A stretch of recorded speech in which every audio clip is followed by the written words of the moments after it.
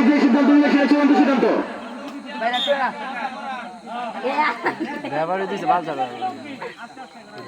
এবার দমে আছে সবুজ দলের নেতৃত্ব দিয়েছেন রায়হান। রায়হান দমে আগে যাচ্ছে। রায়হান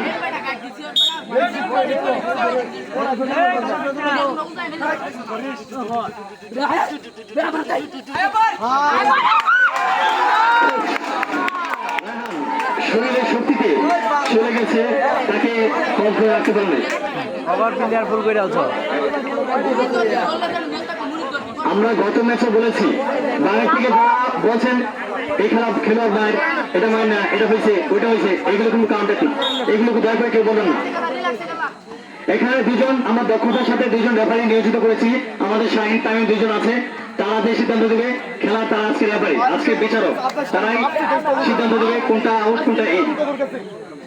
বাইরে থেকে কেউ কোনো কমেন্ট করবেন না।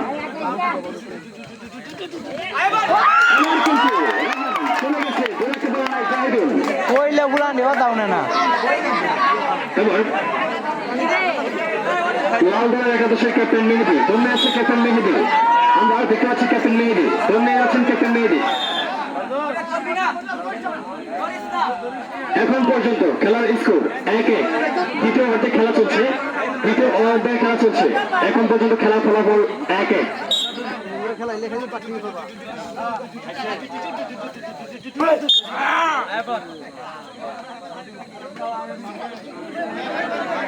এবার আবার দমে আছে ক্যাপ্টেন মেহেদী, যার হাত ধরে লাল দল একাদশ এখন পর্যন্ত টিকে আছে 1 পয়েন্ট নিয়ে। 1-1।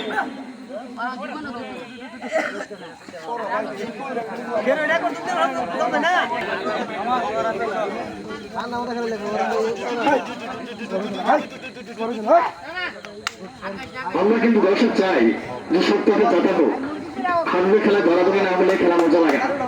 আমরা সবাই চাই গড়াগড়ি হোক।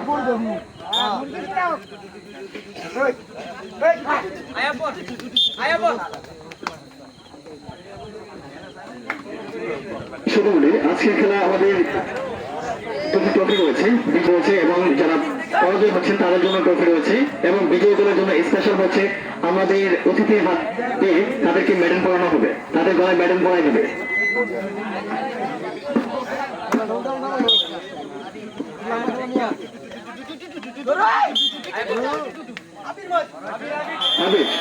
আবিরকে টাচ করে চলে আসছেন রায়হান, ক্যাপ্টেন রায়হান।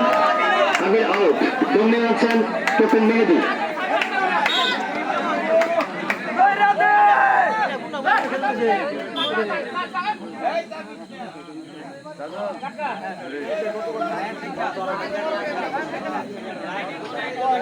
এবার আবার দমে আছে রায়হান। আমরা হয়তো ইতিমধ্যে আরেকটি স্কোর দেখতে পাবো।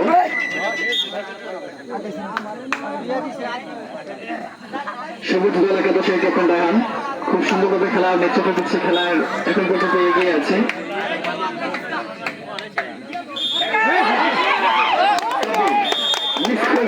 সাব্বির কিন্তু জীবন ধরতে গিয়েছিল, মিস হয়েছে।